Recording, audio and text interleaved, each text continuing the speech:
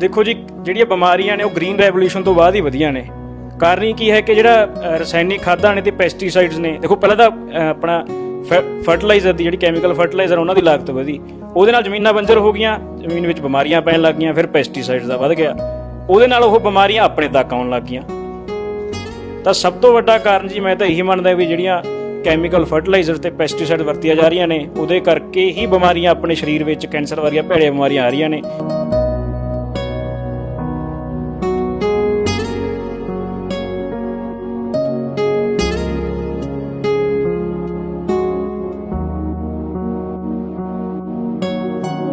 अपनी फैक्ट्री ਨੂੰ ਜੀ ਲਗਭਗ 4 ਸਾਲ ਹੋ ਗਏ ਨੇ। ਇਹ ਰੈਗੂਲਰਲੀ ਰਨਿੰਗ ਦੇ ਵਿੱਚ ਹੈ ਤੇ ਬਹੁਤ ਵਧੀਆ ਤਰੀਕੇ ਨਾਲ ਕੰਮ ਚੱਲ ਰਿਹਾ ਹੈ ਜੀ। ਸਾਡੀ ਕੰਪਨੀ ਨੈਚੁਰਲ ਤੇ ਕੁਦਰਤੀ ਤਰੀਕੇ ਨਾਲ ਖਾਦ ਬਣਾਉਂਦੀ ਹੈ, ਜਿਹਦੇ ਕਿ ਜ਼ਮੀਨ ਵਿੱਚ ਫਾਇਦੇ ਹੀ ਫਾਇਦੇ ਨੇ, ਨੁਕਸਾਨ ਕੋਈ ਨਹੀਂ।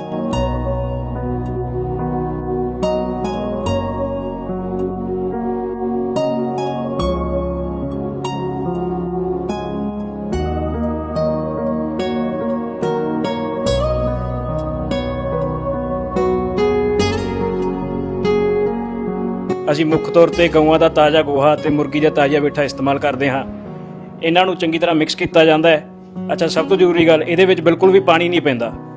ਅਸੀਂ ਪਹਿਲਾਂ ਤੋਂ ਤਿਆਰ ਕੀਤੀ ਹੋਈ ਖਾਦ ਨਾਲ ਹੀ ਇਹਦਾ ਘੋਲ ਬਣਾ ਲੈਂਦੇ ਹਾਂ।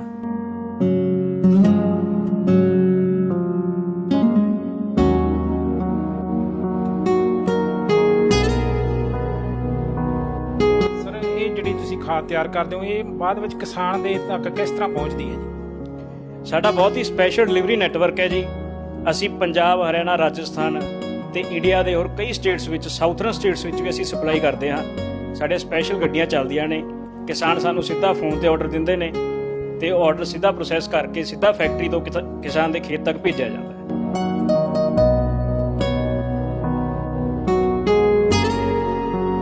ਪ੍ਰਾਈਮ ਉਦੇ ਟੀਵੀ ਚੈਨਲ ਦੇਖਣ ਵਾਲੇ ਸਾਰੇ ਹੀ ਦਰਸ਼ਕਾਂ ਨੂੰ ਜੋਗਿੰਦਰ ਸਿੰਘ ਗਿੱਲ ਮੋਗਾ ਵੱਲੋਂ ਸਤਿ ਸ੍ਰੀ ਅਕਾਲ ਜੀ। ਅੱਜ ਅਸੀਂ ਪਹੁੰਚੇ ਹਾਂ ਬਰਨਾਲਾ ਵਿਖੇ, ਜਿੱਥੇ ਕਿ ਇੱਕ ਬਾਇਓ ਸਪੈਸ਼ਲ ਖਾਦ ਤਿਆਰ ਕੀਤੀ ਜਾਂਦੀ ਆ, ਜੋ ਕਿ ਰਸਾਇਣਿਕ ਖਾਦਾਂ ਦਾ ਇੱਕ ਕੁਦਰਤੀ ਬਦਲ ਹੈ। ਤੁਸੀਂ ਸਾਰੇ ਜਾਣਦੇ ਹੋ ਕਿ ਜਿਸ ਤਰ੍ਹਾਂ ਜਿਹੜੀਆਂ ਰਸਾਇਣਿਕ ਖਾਦਾਂ ਨੇ, ਉਹਨਾਂ ਦੇ ਨਾਲ ਆਪਣੇ ਮਾਲਵਾ ਬੈਲਟ ਦੇ ਵਿੱਚ ਘਰ ਘਰ ਦੇ ਵਿੱਚ ਮਰੀਜ਼ ਪਏ ਹਨ ਜੋ ਕੈਂਸਰ ਤੋਂ ਪੀੜਤ ਹਨ। ਰਸਾਇਣਿਕ ਖਾਦਾਂ ਦਾ ਬਹੁਤ ਬੁਰਾ ਪ੍ਰਭਾਵ ਮਨੁੱਖੀ ਜ਼ਿੰਦਗੀ 'ਤੇ ਪੈ ਰਿਹਾ ਹੈ, ਪਰ ਇਸ ਦਾ ਇੱਕ ਬਦਲ ਹੈ ਜਿਹੜੀਆਂ ਕੁਦਰਤੀ ਖਾਦਾਂ। ਇੱਥੋਂ ਦੇ ਜੋ ਓਨਰ ਹਨ, ਕਰਦੇ ਹਾਂ ਉਹਨਾਂ ਨਾਲ ਇੱਕ ਗੱਲਬਾਤ ਅਤੇ ਪੁੱਛਦੇ ਹਾਂ ਕਿ ਇਸ ਜਿਹੜੀ ਇਹ ਖਾਦ ਤਿਆਰ ਕਰਦੇ ਹਨ, ਉਹਦਾ ਕੀ ਫਾਇਦਾ ਹੈ ਮਨੁੱਖਾਂ ਵਾਸਤੇ ਅਤੇ ਕਿਸਾਨਾਂ ਨੂੰ ਉਹਦਾ ਕੀ ਫਾਇਦਾ ਹੈ। ਕਰਾਂਗੇ ਇਹਨਾਂ ਨਾਲ ਇੱਕ ਵਿਸ਼ੇਸ਼ ਗੱਲਬਾਤ। ਸਰ, ਸਾਡੇ ਚੈਨਲ ਪ੍ਰਾਈਮ ਉਹਦੇ ਵਿੱਚ ਤੁਹਾਡਾ ਬਹੁਤ ਬਹੁਤ ਸਵਾਗਤ ਹੈ ਜੀ। ਬਹੁਤ ਬਹੁਤ ਧੰਨਵਾਦ ਜੀ ਸਾਡੇ ਕੋਲ ਇੱਥੇ ਆਉਣ ਲਈ ਤੇ ਕਵਰੇਜ ਕਰਨ ਲਈ।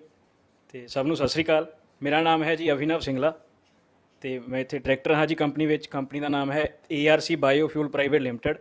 ਸਾਡੀ ਕੰਪਨੀ ਨੈਚੁਰਲ ਤੇ ਕੁਦਰਤੀ ਤਰੀਕੇ ਨਾਲ ਖਾਦ ਬਣਾਉਂਦੀ ਹੈ, ਜਿਹਦੇ ਕਿ ਜ਼ਮੀਨ ਵਿੱਚ ਫਾਇਦੇ ਹੀ ਫਾਇਦੇ ਨੇ, ਨੁਕਸਾਨ ਕੋਈ ਨਹੀਂ। ਸਰ, ਇਹ ਜਿਹੜੀ ਤੁਸੀਂ ਖਾਦ ਫੈਕਟਰੀ ਸ਼ੁਰੂ ਕੀਤੀ ਹੈ, ਇਹ ਫੈਕਟਰੀ ਸ਼ੁਰੂ ਹੋਈ ਨੂੰ ਸਰ ਕਿੰਨੇ ਸਾਲ ਹੋ ਗਏ? ਆਪਣੀ ਫੈਕਟਰੀ ਨੂੰ ਜੀ ਲਗਭਗ 4 ਸਾਲ ਹੋ ਗਏ ਨੇ। ਇਹ ਰੈਗੂਲਰਲੀ ਰਨਿੰਗ ਦੇ ਵਿੱਚ ਹੈ ਤੇ ਬਹੁਤ ਵਧੀਆ ਤਰੀਕੇ ਨਾਲ ਕੰਮ ਚੱਲ ਰਿਹਾ ਜੀ।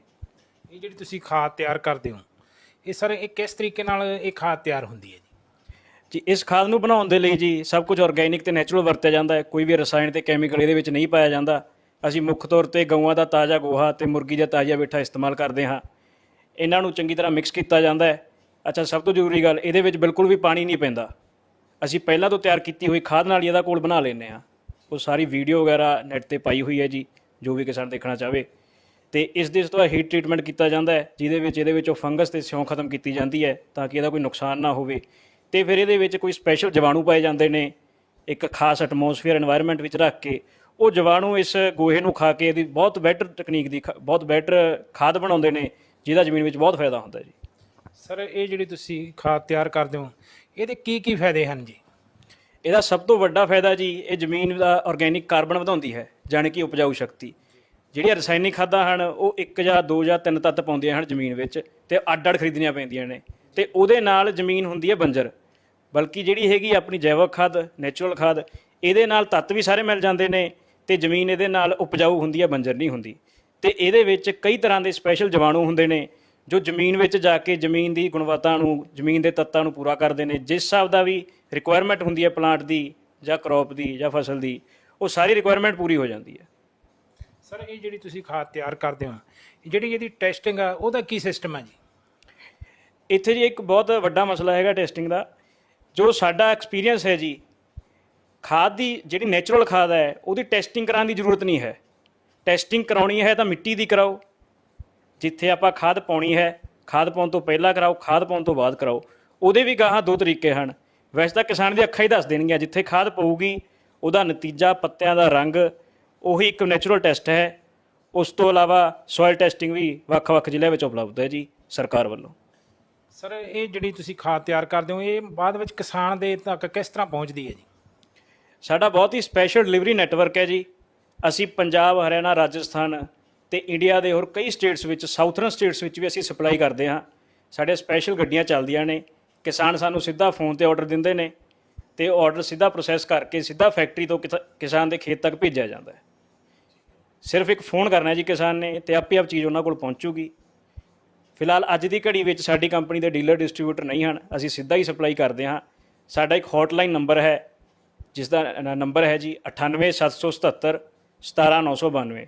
ਇਸ ਨੰਬਰ ਤੇ ਕਿਸਾਨ ਫੋਨ ਕਰਕੇ ਬੁਕਿੰਗ ਕਰਾ ਸਕਦਾ ਹੈ। ਖਾਦ ਬਾਰੇ ਜੋ ਵੀ ਜਾਣਕਾਰੀ ਹੈ ਸਾਰੀ ਆਨਲਾਈਨ ਦਿੱਤੀ ਜਾਂਦੀ ਹੈ ਤੇ ਉਸ ਤੋਂ ਬਾਅਦ ਆਰਡਰ ਭੁਗਤਾਇਆ ਜਾਂਦਾ ਹੈ ਜੀ। ਸਰ ਪੰਜਾਬ ਵਿੱਚ ਜਿਹੜੀ ਤੁਹਾਡੀ ਇਹ ਕੰਪਨੀ ਹੈ, ਇਸ ਕੰਪਨੀ ਨਾਲ ਦੀਆਂ ਹੋਰ ਪੰਜਾਬ ਦੇ ਵਿੱਚ ਜਾਂ ਇੰਡੀਆ ਦੇ ਵਿੱਚ ਇਹਦੇ ਨਾਲ ਦੀਆਂ ਕਿੰਨੀਆਂ ਕੰਪਨੀਆਂ ਜੀ? ਮੈਂ ਵੀਰ ਜੀ ਇਹੀ ਕਹਿਣਾ ਚਾਹੁੰਦਾ ਵੀ ਜੋ ਕੰਮ ਸਾਡੀ ਕੰਪਨੀ ਕਰ ਰਹੀ ਹੈ ਤੇ ਜਿਸ ਹਿਸਾਬ ਦਾ ਪ੍ਰੋਡਕਟ ਬਣਾ ਰਹੀ ਹੈ ਤੇ ਸਰਵਿਸ ਦੇ ਰਹੀ ਹੈ, ਇਹ ਕੰਮ ਅੱਜ ਤੋਂ ਪਹਿਲਾਂ ਪੂਰੇ ਇੰਡੀਆ ਵਿੱਚ ਕਿਸੇ ਨੇ ਨਹੀਂ ਕੀਤਾ। ਸਿਰਫ ਸਾਡੀ ਕੰਪਨੀ ਇਸ ਪ੍ਰੋਜੈਕਟ ਨੂੰ ਕਾਮਯਾਬ ਕਰ ਪਾਈ ਹੈ ਤੇ ਜਿਸ ਹਿਸਾਬ ਨਾਲ ਅਸੀਂ ਚੱਲ ਰਹੇ ਹਾਂ, ਅਸੀਂ ਆਉਣ ਵਾਲੇ ਸਮੇਂ ਵਿੱਚ ਇੱਕ ਬਹੁਤ ਵੱਡੀ ਕੰਪਨੀ ਬਣ ਕੇ ਉੱਭਰਾਂਗੇ ਤੇ ਆਪਣੇ ਇੰਡੀਆ ਦੇ ਕੋਨੇ-ਕੋਨੇ ਵਿੱਚ ਕਿਸਾਨਾਂ ਨੂੰ ਪਤਾ ਹੋਊਗਾ।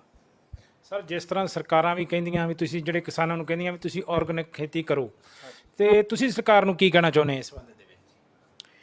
ਇਸ ਗੱਲ ਤੇ ਜੀ ਮੈਂ ਥੋੜਾ ਰੋਸ ਪ੍ਰਗਟ ਕਰੂੰਗਾ ਆਪਣੀ ਸਰਕਾਰ ਨਾਲ। ਉਹਦੇ ਵਿੱਚ ਸਰਕਾਰ ਕਹਿੰਦੀ ਹੈ ਵੀ ਆਰਗੈਨਿਕ ਖੇਤੀ ਕਰੋ, ਕਿਸਾਨਾਂ ਨੂੰ ਕਹਿੰਦੀ ਹੈ ਆਰਗੈਨਿਕ ਕਰੋ, ਬਾਰ-ਬਾਰ ਭਾਸ਼ਣ ਦਿੱਤੇ ਜਾਂਦੇ ਨੇ, ਨਿਊਜ਼ ਵਿੱਚ ਆਉਂਦਾ ਹੈ। ਪਰ ਜਦੋਂ ਤੱਕ ਕੁਝ ਦਿੱਕਤਾਂ ਨੇ ਜਿਹੜੀਆਂ ਸੋਲਵ ਨਹੀਂ ਹੁੰਦੀਆਂ, ਉਦੋਂ ਤੱਕ ਆਰਗੈਨਿਕ ਖੇਤੀ ਕਰਨੀ ਬਹੁਤ ਮੁਸ਼ਕਲ ਹੈ। ਮੈਂ ਇੱਥੇ ਇਹ ਕਹਿਣਾ ਚਾਹੂੰਗਾ ਵੀ ਜਿਹੜੀ ਨੈਚੁਰਲ ਤਰੀਕੇ ਨਾਲ ਬਣਾਈ ਹੋਈ ਖਾਦ ਹੈ, ਜਿਹੜੀ ਇਸ ਪਲਾਂਟ ਵਿੱਚ ਖਾਦ ਬਣ ਰਹੀ ਹੈ, ਉਸ ਦੀ ਇੰਨੀ ਈਜ਼ੀਲੀ ਉਹ ਅਵੇਲੇਬਲ ਹੋਣੀ ਚਾਹੀਦੀ ਹੈ ਵੀ ਹਰ ਕਰਿਆਨੇ ਦੀ ਦੁਕਾਨ ਤੇ ਅਸੀਂ ਇਸ ਪ੍ਰੋਡਕਟ ਨੂੰ ਪੈਕ ਕਰਕੇ ਰੱਖ ਪਾਈਏ ਤੇ ਉਹਦੇ ਵਿੱਚ ਸਰਕਾਰ ਦਾ ਕੋਈ ਮਹਿਕਮਾ ਵੇਚਣ ਵਾਲੇ ਨੂੰ ਔਖਾ ਨਾ ਕਰੇ। ਸਰ ਜਿਹੜੇ ਕਿਸਾਨ ਆ ਉਹਨਾਂ ਨੂੰ ਤੁਸੀਂ ਕੀ ਕਹਿਣਾ ਚਾਹੁੰਦੇ ਜੀ? ਕਿਸਾਨਾਂ ਨੂੰ ਜੀ ਇਹੀ ਕਹਿਣਾ ਹੈ ਵੀ ਜਿਹੜੇ ਹੁਣ ਰਸਾਇਣਿਕ ਖਾਦਾਂ ਕਰਕੇ ਜ਼ਮੀਨਾਂ ਬੰਜਰ ਹੁੰਦੀਆਂ ਜਾ ਰਹੀਆਂ ਨੇ, ਆਪਣੇ ਸਰੀਰ ਵਿੱਚ ਬਿਮਾਰੀਆਂ ਵੱਧਦੀਆਂ ਜਾ ਰਹੀਆਂ ਨੇ, ਉਹਨਾਂ ਨੂੰ ਰੋਕਣ ਲਈ ਨੈਚੁਰਲ ਚੀਜ਼ਾਂ ਵਰਤਣੀਆਂ ਬਹੁਤ ਜ਼ਰੂਰੀ ਹਨ। ਤੇ ਕਿਸਾਨਾਂ ਨੂੰ ਇਹ ਵੀ ਕਹਿਣਾ ਵੀ ਨੈਚੁਰਲ ਚੀਜ਼ਾਂ ਵਰਤ ਕੇ ਉਹਨਾਂ ਦਾ ਖਰਚਾ ਨਹੀਂ ਵਧੂਗਾ, ਉਹਨਾਂ ਨੂੰ ਬਲਕਿ ਮੁਨਾਫਾ ਵਧੂਗਾ। ਇਹ ਇੱਕ ਬਹੁਤ ਵੱਡਾ ਰੂਮਰ ਹੈ ਜੀ, ਬਹੁਤ ਵੱਡੀ ਅਫਵਾਹ ਹੈ ਵੀ ਆਰਗੈਨਿਕ ਖੇਤੀ ਮਹਿੰਗੀ ਪੈਂਦੀ ਹੈ ਤੇ ਉਹਨਾਂ ਨੁਕਸਾਨ ਹੁੰਦਾ ਕਿਸਾਨ ਦਾ।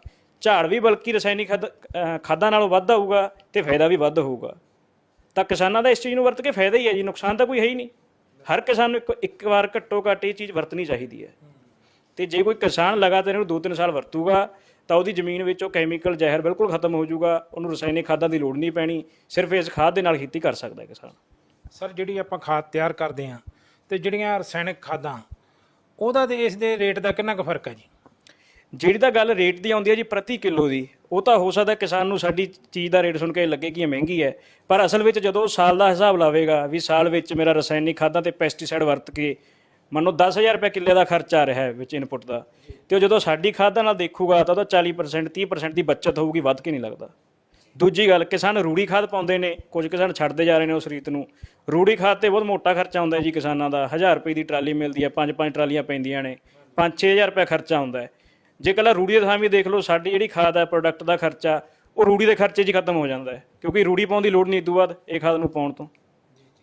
ਤੇ ਨਾਲ ਜੇ ਰਸਾਇਣਿਕ ਖਾਦਾਂ ਦੇ ਨਾਲ ਇਹਨੂੰ ਵਰਤਣਾ ਚਾਹੁੰਦਾ ਹੈ, ਉਹ ਵੀ ਕਿਸਾਨ ਵਰਤ ਸਕਦਾ ਹੈ, ਕੋਈ ਐਕਸਟਰਾ ਲੋੜ ਨਹੀਂ ਪੈ ਰਿਹਾ, ਸਿਰਫ ਇੱਕ ਸੋਚਣ ਤੇ ਸਮਝਣ ਵਾਲੀ ਗੱਲ ਹੈ। ਸਰ ਜਿਸ ਤਰ੍ਹਾਂ ਆਪਾਂ ਦੇਖਿਆ ਕਿ ਆਪਣੇ ਪੰਜਾਬ ਦੇ ਵਿੱਚ ਤੇ ਸਾਰੇ ਤਕਰੀਬਨ ਦੇਸ਼ ਦੇ ਵਿੱਚ ਜਿਹੜੇ ਕੈਂਸਰ ਦੇ ਮਰੀਜ਼ ਆ, ਉਹਨਾਂ ਦੀ ਦਿਨੋਂ ਦਿਨ ਗਿਣਤੀ ਬਹੁਤ ਜ਼ਿਆਦਾ ਵੱਧ ਰਹੀ ਹੈ। ਇਸ ਸੰਬੰਧ 'ਚ ਤੁਸੀਂ ਕੀ ਕਹਿਣਾ ਚਾਹੁੰਦੇ ਜੀ? ਦੇਖੋ ਜੀ, ਜਿਹੜੀਆਂ ਬਿਮਾਰੀਆਂ ਨੇ ਉਹ ਗ੍ਰੀਨ ਰੈਵੋਲੂਸ਼ਨ ਤੋਂ ਬਾਅਦ ਹੀ ਵਧੀਆਂ ਨੇ। ਕਾਰਨ ਕੀ ਹੈ ਕਿ ਜਿਹੜਾ ਰਸਾਇਣਿਕ ਖਾਦਾਂ ਨੇ ਤੇ ਪੈਸਟੀਸਾਈਡਸ ਨੇ, ਦੇਖੋ ਪਹਿਲਾਂ ਤਾਂ ਆਪਣਾ ਫਰਟੀਲਾਈਜ਼ਰ ਦੀ ਜਿਹੜੀ ਕੈਮੀਕਲ ਫਰਟੀਲਾਈਜ਼ਰ ਉਹਨਾਂ ਦੀ ਲਾਗਤ ਵਧੀ, ਉਹਦੇ ਨਾਲ ਜ਼ਮੀਨਾਂ ਬੰਜਰ ਹੋ ਗਈਆਂ, ਜ਼ਮੀਨ ਵਿੱਚ ਬਿਮਾਰੀਆਂ ਪੈਣ ਲੱਗ ਗਈਆਂ, ਫਿਰ ਪੈਸਟੀਸਾਈਡਸ ਦਾ ਵੱਧ ਗਿਆ, ਉਹਦੇ ਨਾਲ ਉਹ ਬਿਮਾਰੀਆਂ ਆਪਣੇ ਤੱਕ ਆਉਣ ਲੱਗ ਗਈਆਂ। ਤਾਂ ਸਭ ਤੋਂ ਵੱਡਾ ਕਾਰਨ ਜੀ ਮੈਂ ਤਾਂ ਇਹੀ ਮੰਨਦਾ ਵੀ ਜਿਹੜੀਆਂ ਕੈਮੀਕਲ ਫਰਟੀਲਾਈਜ਼ਰ ਤੇ ਪੈਸਟੀਸਾਈਡ ਵਰਤੀਆਂ ਜਾ ਰਹੀਆਂ ਨੇ, ਉਹਦੇ ਕਰਕੇ ਹੀ ਬਿਮਾਰੀਆਂ ਆਪਣੇ ਸਰੀਰ ਵਿੱਚ ਕੈਂਸਰ ਵਰਗੀਆਂ ਭੈੜੀਆਂ ਬਿਮਾਰੀਆਂ ਆ ਰਹੀਆਂ ਨੇ।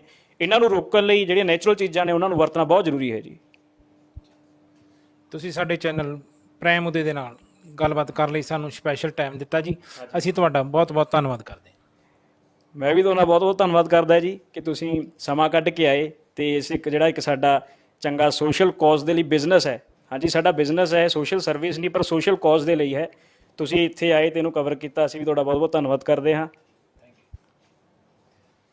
ਦੋਸਤੋ ਹੁਣ ਆਪਾਂ ਗੱਲਬਾਤ ਕੀਤੀ ਆਰਕ ਬਾਇਓ ਖਾਦ ਕੰਪਨੀ ਦੇ ਡਾਇਰੈਕਟਰ ਸਾਹਿਬ ਦੇ ਨਾਲ, ਤੇ ਆਪਾਂ ਨੂੰ ਸਾਰਿਆਂ ਨੂੰ ਇਹਨਾਂ ਨੇ ਦੱਸਿਆ ਵੀ ਇਹ ਖਾਦ ਦੇ ਕੀ ਕੀ ਫਾਇਦੇ ਹਨ।